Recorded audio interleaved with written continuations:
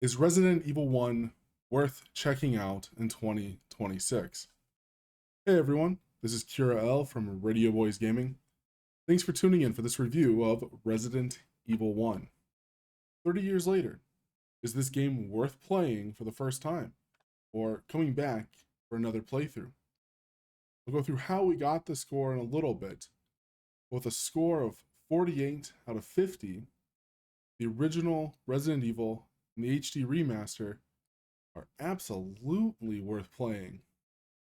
The 2002 remake, probably not. The HD Remaster is just a upgrade across the board from the remake. This review is not a ranking of how perfect the game is, but how much fun I had playing it, why I enjoyed it, why you should check it out if you haven't, or if you need an excuse to go back, here's your sign. One of the things that I think of is where a game stands in its genre. And the thing with Resident Evil is, according to Google, it coined the term survival horror. In a sense, it started the genre. And I get it. I was super spooked when I played the game. I felt the resource management pain. It was a great game for someone like me who isn't familiar with survival horror games to start with. It let me dip my toes into the genre, and I kind of want to check out more now that I've played it. That gets a 5 out of 5 for where it stands in the genre. Accessibility is a big thing for a lot of people today. There's not a whole lot of accessibility options with Resident Evil HD Remaster. That was the one I played, so I'm familiar with it. There are subtitles, but they're just for the spoken words. You can customize a keyboard layout, but there's only 5 presets for the controller, and there's no colorblind mode, which is a bit of a rip because red, green, and blue are the colors of the herbs you use to heal. Now, there might be mods out there to make it more accessible, but I just don't know anything about that. So 3 out of 5 for accessibility. Being able to remap controls is a big thing for me. Gameplay, controls other than the inability to remap made sense. There was no weird, why does my hand have to do yoga to play this game? You do kind of feel how old it is. I'm not a fan of the old school circle or confirm, X or back, but everything made sense. There was no weird buttons. When I think of core conflicts within the game, an example for most games is combat. This has combat. It was pretty simple. It was engaging, but not just because the guns were fun to shoot or that there were scary enemies to put down, but as a survival horror and some of the mechanics of the game itself, it gave you an incentive to pick your battles carefully, adding to that tension of, should I run or should I fight? The other core conflict is puzzles. They're a big part of the game. You can't progress the game if you don't solve the puzzles. You can play through the game with minimal combat, but you can't skip puzzles. And they're really rewarding when you finally figure them out. The flow of gameplay revolves around exploration. You move through the game finding items to survive, finding items you have no idea what they're there for. As you explore, you find puzzles that you might be able to solve then and there, or you need items for. And oh, that item you found goes to this puzzle. Okay, makes sense now. That's a core driver of the gameplay flow, moving from puzzle to puzzle, getting the upgrades, getting more pieces to the larger puzzles in the game. That's the flow. You explore to find things, to solve puzzles, and while you're exploring the mansion, while you're looking for these puzzles and these items to figure them out, you have to be mindful of your inventory.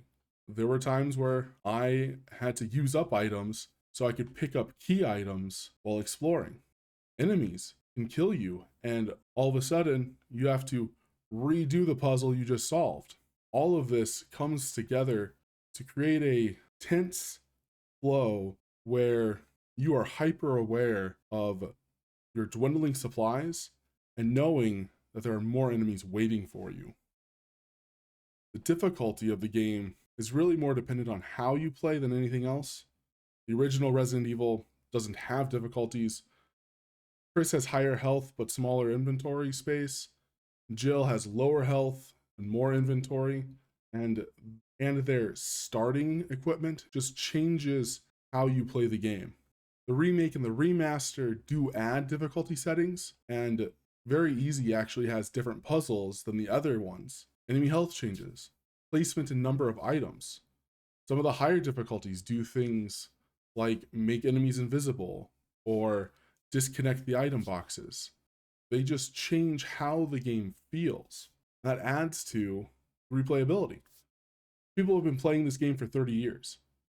It has a lot of replayability, even with the original. You have 2 campaigns, but you get ranked for how quickly you complete the story. And those rankings give you unlockables, costumes, special weapons, and a drive to get a better ranking. The remake and remaster add to that with the difficulties. There's 6 difficulties. That's 12 playthroughs if you want to beat each difficulty with both characters. Would not recommend.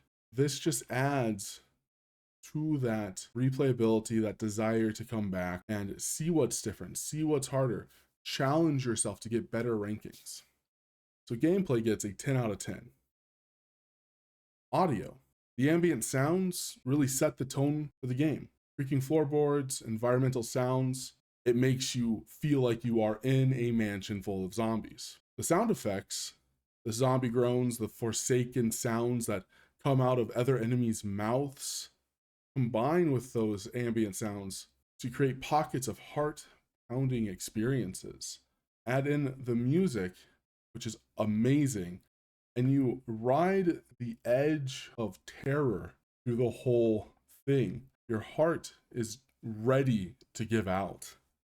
But the voices, the voice acting is so bad, it's good. It's an oasis of comedy in a swamp of terror and fright. Even the HD remaster has voice acting just as bad. And I can't really say this is a bad thing. A lot of great memes have come from the voice acting, and it can serve as a good break in the tension as you play through Resident Evil. And you could consider it a negative. I don't think it is. I wanted to play this game because of the voice memes. Other people probably want to check it out because of that. So even though the voice acting is bad, it's not going to lose any points because of what it's brought to the game. Audio, 10 out of 10. Visual, the style is easy to get into. It's 2D pre-rendered backgrounds with 3D characters. The aesthetic heavily focuses on that survival horror style that's so popular today. The atmosphere is set through a color palette that focuses on cool and dark colors like brown and black. Some colors are used to highlight items or create feelings of unease. Even bright areas will have dull grays and whites that make them feel more sterile and kind of make you want to get out of there. The character and asset models stand out against that background through their colors. Jill's blue, Barry's red, and Chris's green help you track them on the background, while the enemies will utilize similar color palettes to the background to be spooky and hard to see.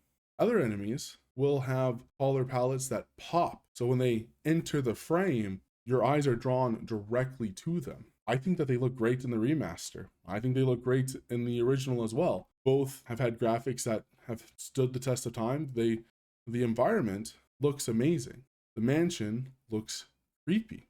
The rooms serve as a break from the monotony of the hallways, while also giving the game character. It also helps to create uncertainty in the mind of the players because you never know what you're going to encounter when you enter a room for the first time. I just walked into a dingy bathroom.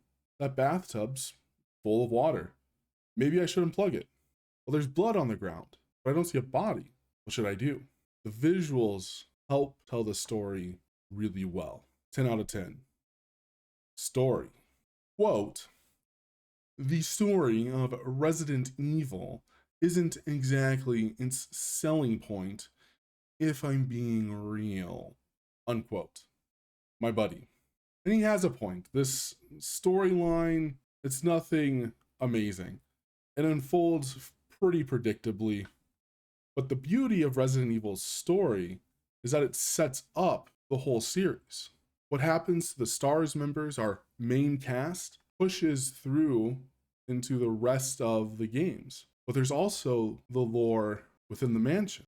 The thrill of a survival horror game is piecing together the story of what happened through collectibles as you explore. And these little snippets of lore help you understand why we as a player should be invested in what's going on here. The story of the STARS members and the story of what happened before they got there come together to create the foundation for a narrative that spans 30 years worth of story and game. A 10 out of 10. If you've never played this game, it is worth checking out. I hate spooky things, and I had a blast. If you want an excuse to do another playthrough, do it. Resident Evil 1 is completely worth checking out in 2026.